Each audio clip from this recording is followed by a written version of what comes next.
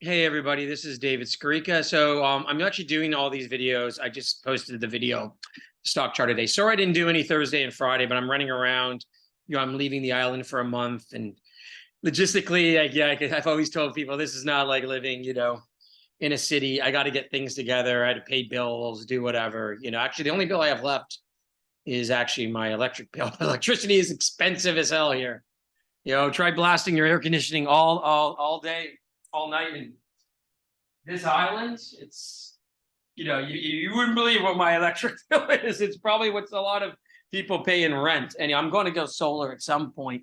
I'm gonna wait till after hurricane season, because it just makes more sense, like as if there's a bad hurricane, you got to take the solar down. So, I'll be gone for most of July, or actually all of July, anyhow. So today we're going to look at so this will be posted tomorrow, which is the third, the day I'm flying out. Luckily, I got a pretty late flight out of Nassau back to Canada, so I don't have to. And my flight here is midday, so I don't have to do one of those getting up at 4 a.m. things.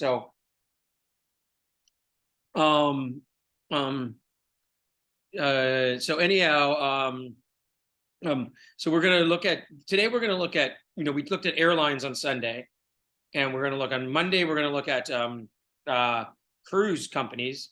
This just shows me, I think, with these sectors, these travel sectors, very economically sensitive. Obviously, with them taking off, these are the sectors all got killed during COVID. It probably tells me that we're not going into some severe recession. I just don't think that the Dow transports. That's goods and services moving. That's tourism. Airlines, etc. Cruise ships. I just don't see these things moving. The economy rolling over. I'm actually starting to see more cruise ships where I live. So when these Caribbean cruises happen, they can't go through like kind of the center of the Bahamas because the water is too shallow. So they kind of go around the islands on the Atlantic. So I see the cruise ships, and I know during the high season, like say Easter or Christmas, I'll see 5 or 6 cruise ships lined up. So, and actually during COVID, there was an infamous cruise where everyone caught COVID and no one would let the boat dock. And you would just see this thing going back and forth. And I don't want to make light of the situation, but we would call it the Corona cruise. We in the videos I did with Barstow, we talked about it. So yeah, we're gonna go look at this. So our stock charts of the day today are they're Carnival Corp, Carnival Cruises, and Royal RCL is the other one. So let's go look at a longer term chart. You can see Carnival with a huge breakout here, up almost doubled in price since May. And again, I don't think that if we were about to enter some big economic downturn, this would be happening. You see a wonderful basing kind of pattern here. There was a bit of a similar pattern after this, and then it went up here, but this even more, like this break here is even bigger than the break back in late 2021. Now, longer term, you're kind of in this downtrend, but you're getting, like, let's draw the trend line right now. You're getting very close to that downturn trend line. If we look at this, sorry, it's a horizontal line. Oh, what am I doing? This is a mess. Trend line, sorry. And if we kind of like start here, and we draw the trend line here, we got this. And if we do another trend line here, starting from here, that top here, we can see we've broken it. So, but like realistically, let's go back to here.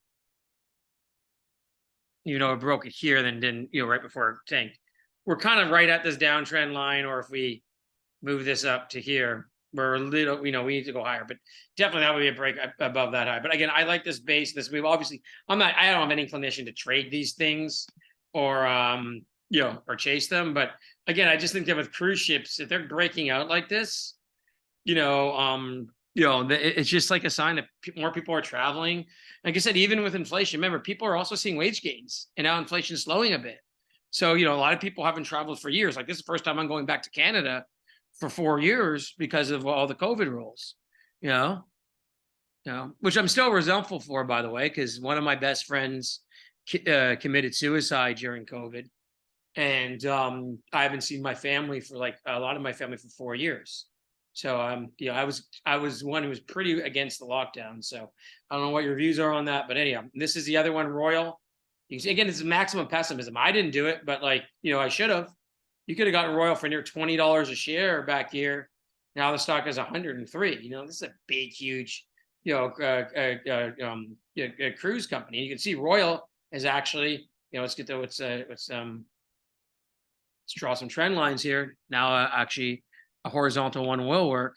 You can see we've broken the highs of 2021 in Royal, right? And then if we take a shorter term trend line from the bottom in 2022, you can see, you know, we're in the strong upturn. So Royal looks like it can go back to the highs of pre-COVID.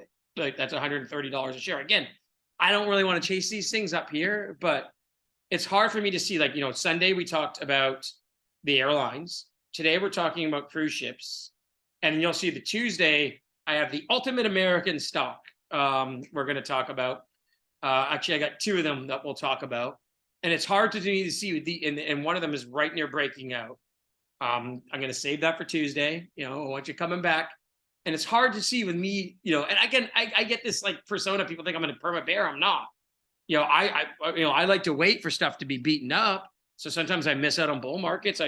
I do admit that, but I just think, you know, again, if you waited for you know this to be down over 80% from its highs, you'd be up, you know, 5x on your money right now. You know, not chasing it here. And like here now, it's like what? This has 30 to 50% upside and probably the same amount of downside. Where in 2020, what did it really have? It could go, I guess it could have gone bankrupt. But again, I just want to show you, like with cruise lines, airlines breaking out, the last thing we'll look at is the Dow Jones Transportation Average. You know, look how strong the transports are. They're almost above their February highs. You know, and actually the Dow theory may give us a buy signal here. Look, that's a great kind of basing bottoming pattern. And if we break above 16,000, you know, again, that breaks the kind of intermediate high. And if we go look at the industrials, so the Dow theory states that like the industrials have to confirm the breakout, you know, in the transports, right? Well, if the industrials can break 35,000 and the transports break 16,000, they're kind of both confirming this breakout. So, you know, that could definitely be the case here. So, and remember, I just want to remind people when I talked about those 1994 and 66 scenarios, if we see like right now, the Fed funds futures are pricing in only really one more rate hike, the one that's going to happen at the end of July. And then about 100 basis points in rate cuts next year. If that happens without a recession, yeah, I can see all these markets, even though they're overvalued, fundamentally going to new highs. So anyhow, I'm going to leave that for now. And then we're going to have our ultimate American stock for Independence Day. So I want to wish everyone a great weekend. You know, I know it's Canada Day, which is like the actual day off will be Monday and then Independence Day Tuesday. So perfect day for me to be kind of traveling as well. Perfect timing for me to be kind of traveling, you know, when markets will be like very slow. Canadian markets will be closed Monday, US markets Tuesday, US markets will be closed. And I just wanted to do these. So I'll miss one day of trading in the two ultimate American stocks, which we'll have out Tuesday. So anyhow, and I hope you're enjoying this. And by the way, this is a hell of a lot more fun to me than when I was writing the newsletter. It was something it's like the thing about the newsletter was, and I'm just going to end up in this, is like, it's like your baby, right? I started it in 1998. I was 21 years old. I had like a number of subscribers you could count on one hand. At one point, I think I was getting close to 1,000 subscribers. And then I just kind of like, the newsletter industry has died off. I have a few hundred on my lifetime list. I literally had, I was like, I'm laughing at myself now for keeping the monthly thing going. So you know, because it was like so you know, there was no reason for me to, you know, I was making no money off it. I was losing money. And anyhow, this is a lot funner. And then I can get these corporate clients and get them to sponsor it and just, you know, do little videos like this every day. And we're going to do fun videos too. I got some great interviews planned. We'll talk a little bit about life and other things. There's more than the world than financial markets. One day we'll talk some Rodney Dangerfield one day. I'm a big Dangerfield fan. I love comedy. So anyhow, anyway, everybody take care. And Yeah, and I hope you enjoy this. And then again, tomorrow, so the July 4th, watch out for our 2 ultimate American stocks.